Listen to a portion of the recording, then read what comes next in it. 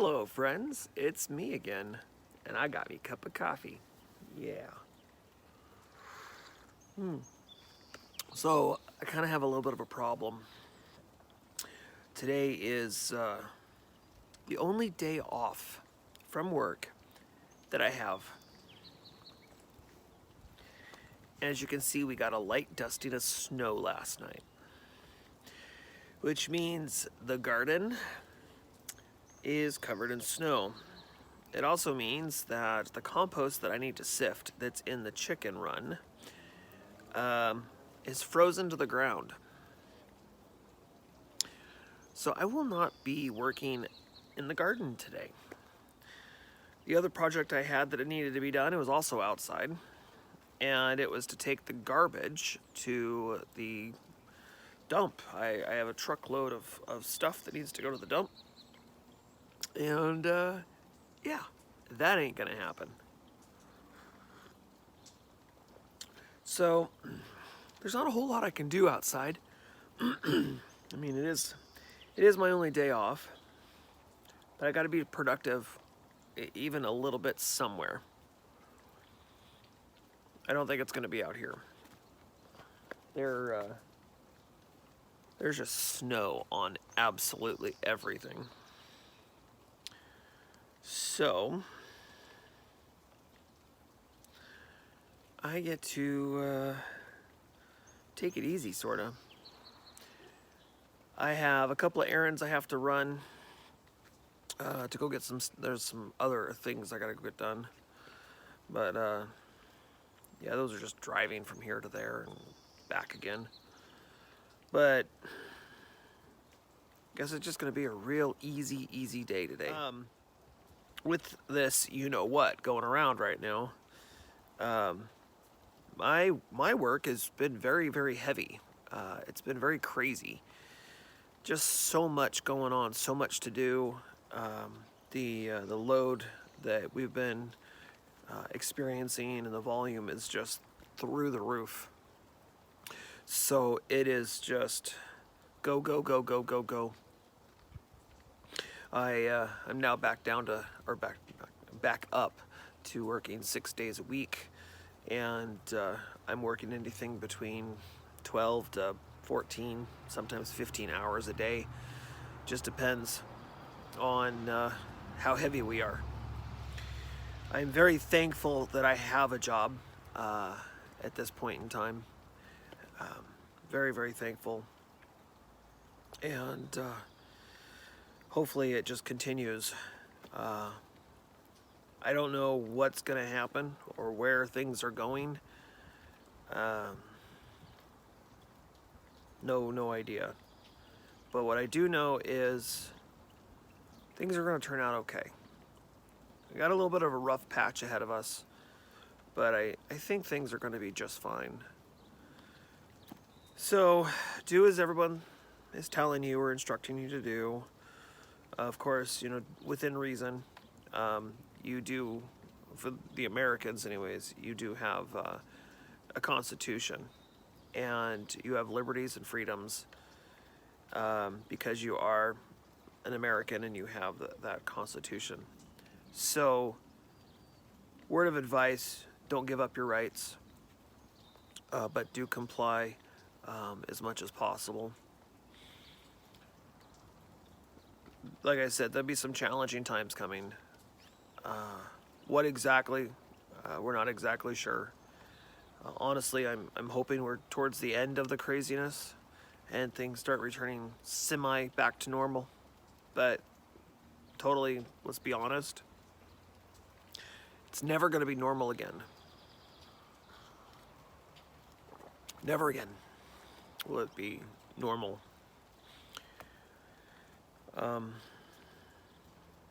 Yeah. Just the name of this thing is driving me crazy.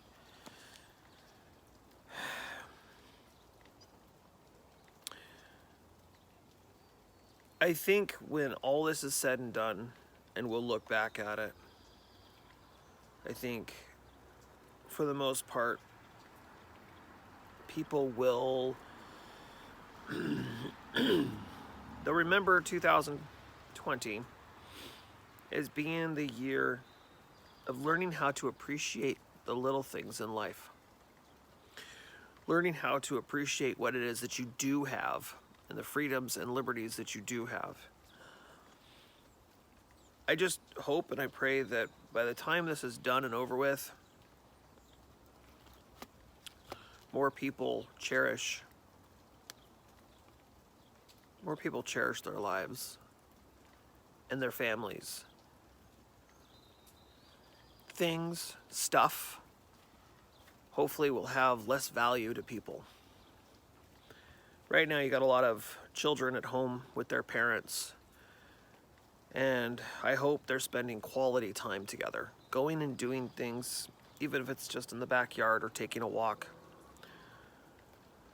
Board games, reading, talking, really truly getting to know each other, getting to know your children, getting to know your parents.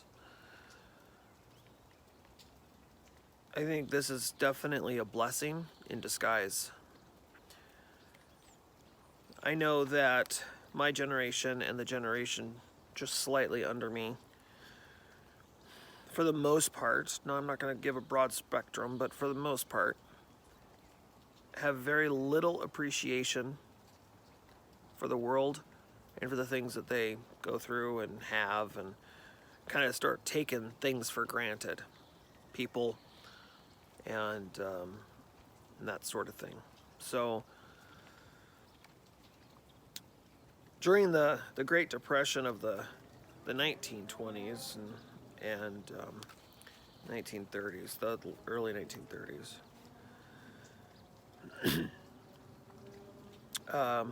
it was a time of comprehending and learning and understanding what it meant to be alive, what it meant to be a patriot, what it meant to be part of something bigger than your immediate family and bigger than the world you're in. And I think it became this understanding of you really gotta scrimp and save and work for the things that are really important. And of course, makes you appreciate what is important, what really truly is important. Well, for instance, toilet paper. Toilet paper is not, and I understand I'm going to get a lot of flack for this, but toilet paper is not as important as people seem to make it out to be. Before toilet paper, there were other methods of getting yourself clean, usually including cloth, little pieces of fabric, that sort of thing, and sort of like a washcloth-like thing. And yes, it's gross and it's disgusting, but in times of need, when you don't have access to stuff like that, you figure it out and you make it work. And, as a child, I wore cloth diapers. From birth until I was, almost 2.5, I guess, I wore cloth diapers. And I remember very vividly with my sister, who was younger than me, my mom having to clean those cloth diapers by hand. And when I was a child, we didn't have an electric washing machine. We had to wash things by hand. My mom would get on her hands and knees with the bathtub, and she'd wash all of our clothes in the bathtub, and just the world, and if she's of post Great Depression, post World War II, she grew up doing those sort of things. And she just continued because it made sense. It's cheap. It doesn't cost electricity. Doesn't cost, to buy the machines. You just do it yourself. I have a few good friends of mine, both actually, I believe, watch my videos here on YouTube, that wash their clothes by hand. It just makes sense for them. They're single, and you know, they're only washing a few garments at a time, and you know, and then, you know, the kids of this world, you know, it seems like 2 to 3 times a day, if not more, they're changing their clothes, and those clothes land in the washing machine or in the laundry room. Days ago, that didn't work. That didn't happen. You had 2 pairs of jeans or pants, if you were lucky, and you wore a pair of pants for 2 or 3 days. You know, and then you wore the other pair while one pair was being washed. I mean, that was just the way it is. And you know, you had 1 pair of shoes, not 5 or 6 different pairs of shoes. Things were different back then. And hopefully, I just pray and I hope that this generation coming up will start to appreciate and value things a little bit more. Not such a throwaway world would be good. But anyways, on another note, it's going to be a long video, I'm sorry. Kind of a vlog today. On another note, if you have a piece of land or even a back patio where you can put pots or 5-gallon buckets like I've done in the past, I highly recommend learning how to garden. And the best way to learn how to do it is to do it. You might fail, but that's okay, because learning how to do something new usually requires failure. And it's all right. Failure's not a bad thing. Unfortunately, we've brought, you know, the concept of failure being a bad thing into this world, and it really isn't. Failure's not bad. It's what you do with that failure. If you decide to just give up and quit and not try again, not take what you've learned and move forward and try something different, then it is a bad thing. But if you persist on doing it again, but trying a little differently or learning from your mistakes, you'll do just fine. So, this garden this year, I am going to bring you along for the ride and show you what I'm doing, and hopefully you can learn from my mistakes or watch me do it. It's a slow process, but